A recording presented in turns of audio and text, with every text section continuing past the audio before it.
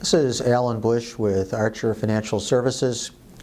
Starting out with the stock index futures, looks like this market is holding up relatively well today. We did have the consumer confidence index coming in at 62. The guess was 63, so that's a bit of a negative report, and yet futures still performing relatively well. Also, we have what appears to be deteriorating conditions in the Eurozone, highlighted by Spanish and Italian yields increasing rather significantly. So the couple of negatives being ignored this morning in stock index futures, and I think that is a sign of strength. Longer term, I think stock index futures will be relatively supported based on ideas that the Fed will be more accommodative. It was just last week at the conclusion of the Fed meeting when Bernanke said at least 10 times that they are willing to do more, meaning that they are likely to do more easing if necessary if the economy were to weaken. So it very much looks like the Fed is on a path toward more accommodation, and possibly this could come in the form of a third quantitative easing program, all of which is supportive for stock index futures.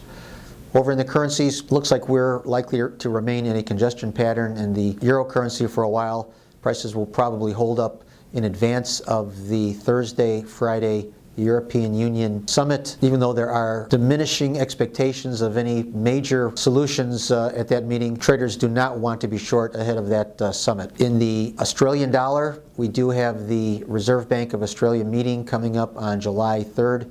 Most likely they will keep policies unchanged at that meeting. Longer term though, after a congestion pattern is formed for the euro currency, the Australian dollar and the Canadian, I would think that we will break out to the downside. And I think there will be substantially lower prices in store for these three currencies, and that's a long-term outlook. As far as the credit markets, we do have $99 billion in Treasury offerings this week. Today we have $35 billion in two-year notes, so that a bit of a negative. Also with stock index futures higher, that also is a negative factor.